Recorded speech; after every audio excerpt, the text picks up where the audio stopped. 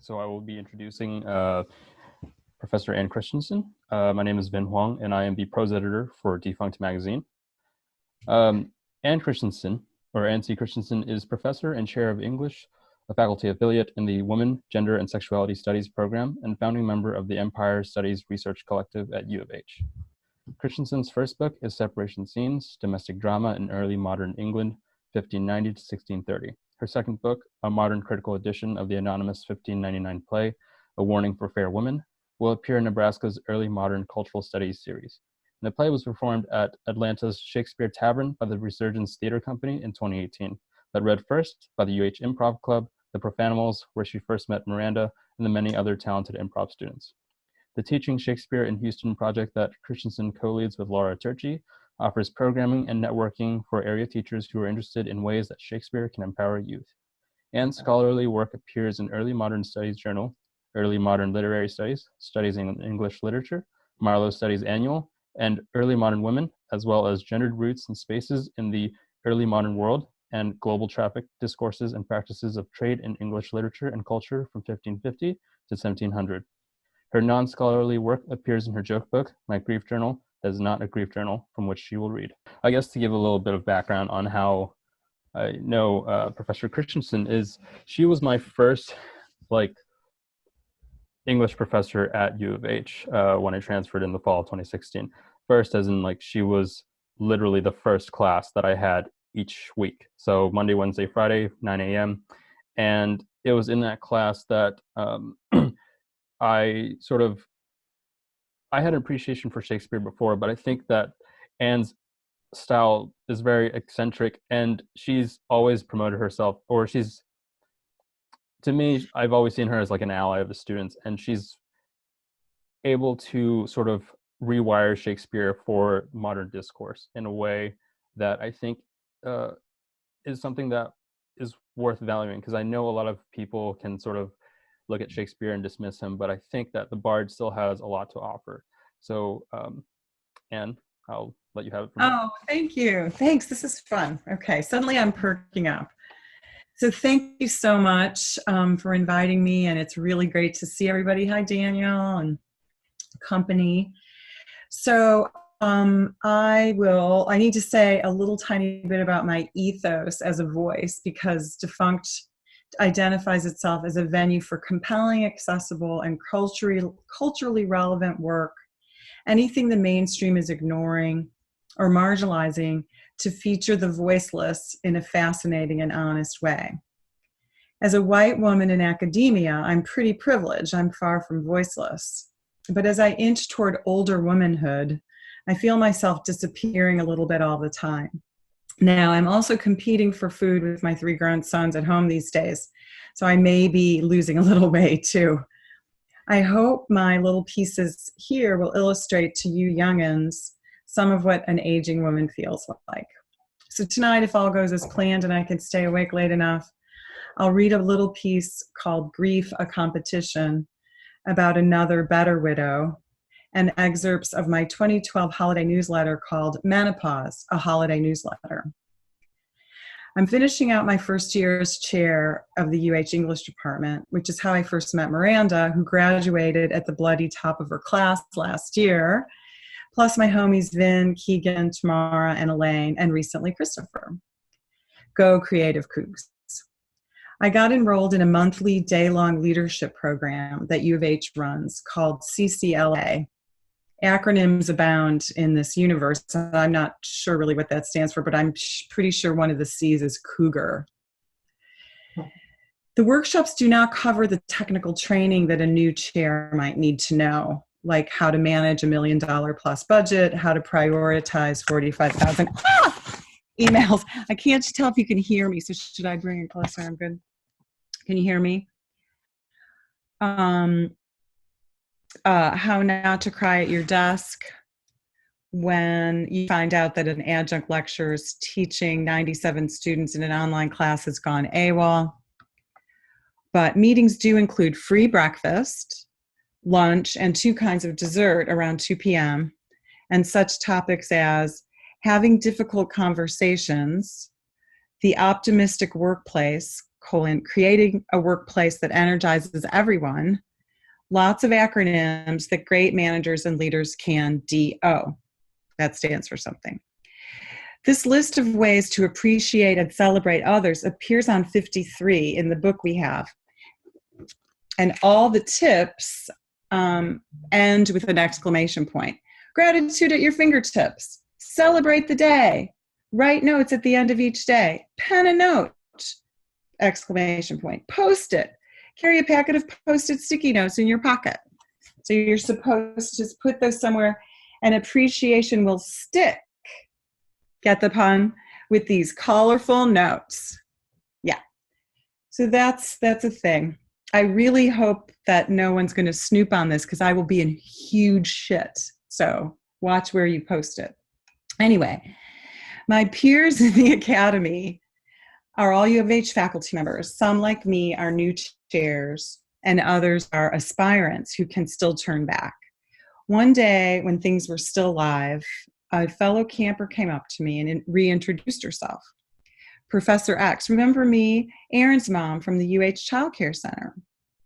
Our kids had been babies together there. We'd have passed each other in the sticky halls from about 1998 to 2003, this woman and I. But mostly I'd have seen her husband, who was the main drop-off guy like me. Once she reminded me, of course I remembered her. I myself had 2 more kids in those years, to her mere 1. This theme of competition will arise soon. Oops, I think it already just did. So I rarely lingered in one room too long to get to know the other parents. But I hopped from yellow to red to light blue room on any given day, like the Easter Bunny, depositing my hatched eggs to their age-appropriate teachers to scamper off to my Shakespeare class. Anyway, the woman approached me because her spouse died last February, and someone in the workshop told her that I too was a recent widow. My own husband was killed in a plane crash last April. She was on the faculty in the optometry school or in petroleum engineering, something sciencey. And I had seen a tribute to the guy in a UH publication, a photo of a man smiling in his lab coat next to a machine that grinds lenses or drills oil. And at first I was glad to know of our shared sorrow, something real, a respite from all the lists, 6 ways to do something, 12 sources of something, tips, if you can see, like it's all super acronymy and tippy, like this is state your path, and then it stands for stuff. So I thought, oh good, something real. So over taco salads and thin iced tea, we exchanged basic information about the deaths and about our grief. It quickly turned to a sick form of would you rather. Would you rather have a long languish in the hospital with cancer like her guy, or instant death on impact and you never get to say goodbye like mine? Who's to say? In the name of bonding, I put myself out there over the iceberg lettuce and canned corn. You can tell me the truth of how bad this sucks because I won't judge you. To this end, I admitted that all of Reagan's clothes were still hanging in my closet right there every day alongside mine because my attic was too moldy for storage and I could not figure out how to manage all the stuff anyway, that maybe I would ask a friend to come over one day to help me over a bottle of wine because I was overwhelmed. She patted my hand. I avoid alcohol, sought no aid, had right away to tidy up the house. It helped me heal. Though a busy researcher and successful grant writer, she found solace in what she called, and a sense of purpose, in washing, ironing, and folding her dead husband's clothing, mending any loose buttons. She had also taught herself how to darn. This was all part of her healing journey that she had completed positively ages ago. Moreover, all the clothes she cleaned, ironed, and mended were promptly shipped off in cartons to her husband's distant relations. I found my grief left me caring so much for others, don't you think? I chose not to mention that I was, at that very day, wearing a pair of Reagan's underwear because of the laundry backlog in my Ann cave. Shifting from the material to the emotional realms, I asked her about whether she had found a good therapist to help talk about her grief. And because I am so nice, I was ready to refer her to someone in my cadre of shrinks, clinical social workers, grief counselors, ministers, acupuncturists, pharmacists, certified nurse midwives, and the guys sitting next to me on the bus. Support services that I've clung to like the mold spores in my attic rafters. No, she was doing quite well, dealing with it on her own. I'm just self-reliant like that, I suppose. Okay, I get that. So no need to pay a stranger to listen to your problems. I asked if she had friends, though, to support her in this time of loss, ready to admit to the months-long meal train that kept us going, because I was too sad to cook or shop or dress myself. But she said she just did not feel comfortable burdening others by making them feel bad about her loss. So I kept mum about the fact that the night before, instead of doing that load of whites, I'd uncorked a bottle, dialed up an old friend, and let's just say burdening definitely happened. Finally, and this lunch break was feeling interminable, I thought that she might like a creative outlet of some kind. Since in the months since my husband was tragically killed, I'd considered taking up painting or writing, and had even drafted a pretty decent first line of a haiku. I sheepishly suggested that she might like to write to express her feelings somehow, since I myself had once or twice jotted down a memory in a journal that someone had bought for me and that was probably still stuck between the couch cushions. By this time, over coffee at last, well, she drank herbal tea, I admitted to wanting to feel for an opening for my superiority to shine. No doubt the written word would be a newsflash to this low-rent STEM person like her. But my smugness was short-lived. She'd written ream upon ream of poetry in Urdu, one of the 5 languages she had mastered in the time since her husband died. During dessert, guess who ate whose and her own? I learned how this good widow threw herself into her work, returning to the lab after only 10 days, bagging 2 major grants since the funeral, and still works 9 a.m. to 9 p.m., and then sleeps like a rock. No wine, no burdening friends, no sidestepping baskets of laundry, no ignoring her own research, no binge watching Scott and Bailey, unfazed by the fact that Ozark season 3 finally dropped. Instead, she founded a nonprofit for bringing cancer drugs to Honduras. We did all the paperwork right there in the hospital before he died. Then I raised the funds and set it all up in the weeks after his death. I traveled to Honduras myself last summer and met the families of the people we were helping. This is my grieving. I do it for him. It's community service. Does this stand-up routine count as giving back to the community? Or, as my high-achieving friend might say, and I have this in Urdu, Spanish, Swahili, Igbo, and here's my favorite, in a language called Western Frisian, or I never heard of it, telt dizzy stand-up routine as workman on mein Kampf. Don't know. Anyway, I didn't time it, but do I still have a little time? I do? Okay. So I have another small piece, and I can't hear anybody, so I guess I'm just gonna stop me when it's time, or I'll look up or something. So one thing that happens when you become an old crone is that you go through menopause. Miranda, Tamara, consider this a PSA. Digging around for something to say tonight, I found my holiday newsletter from 2012, devoted to me, menopause. So I had the me uppercase, and basically it was a complete madness, this thing.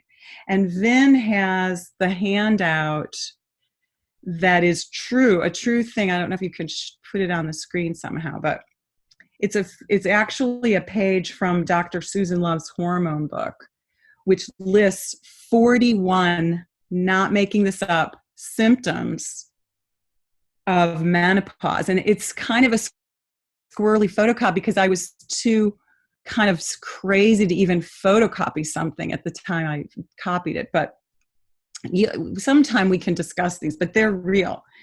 So Anyway, yes, this was a newsletter. This was attached to my newsletter sent to family and friends. And here's how it goes. Letter from the editor. One woman's moving story of insomnia and sudden bloating. And sudden bloating is on the list. And it says, it's kind of 2 inches down. It says, waistline expands by 2 to 3 inches for an hour or two. Like, that is a thing that can happen to your body. So whatever. Okay. So I'll try to go fast. So there's 41 symptoms. Easily elbowing out the 12 days of Christmas and body slamming the 4 horsemen of the apocalypse, along with any shred of my own dignity. And you can see the category urinary leakage and annoying itching around the vulva, which I guess is opposed to the good kind of itching around the vulva. Research shows that perimenopause, the godforsaken Chernobyl surrounding actual menopause, can last as long as, and I kid you not, 13 years. Mine struck on October 1st, 2011, stretching its 41 tentacles across my face, hair, body, and gray and getting grayer all the time, matter, affecting my muscle tone, vein visibility, vaginal lining, and body temperature. But the main symptom of this thing, in my case, was my old friend insomnia. And I alert the reader to the lead story of my 2009 edition. Headline, busy professor and mother of 3 sleeps till 11 p.m. So I would fucking fall asleep dead on my feet at 8 or 9 and wake up 2 hours later for the day. Just saying. So anyway, I might be running out of time. Among the unfair, again, 41, strange but true, you will find funny sensations in the head. Funny to whom, you might ask. Disturbing memory lapses. Easily wounded feelings, followed by and or preceded by sudden and inappropriate bursts of anger. I mean, I could go out and you just read the list yourself. It is crazy. So I gobbled Tylenol like dark chocolate almonds and dark chocolate almonds like Tylenol, and alternated with donated items from other people's medicine chests of things called Lunesta and Sonata and other vaguely Italian sounding euphemisms for sleeping pill. And if we have time at the break, Vin can hit the commercial for Lunesta that shows this giant glowing moth or butterfly going on, resting on people gently. But to me, in that period, it was like Mothra sitting on my chest.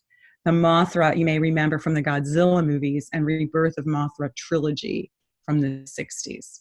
I'm going to end it there. Thank you. That was amazing.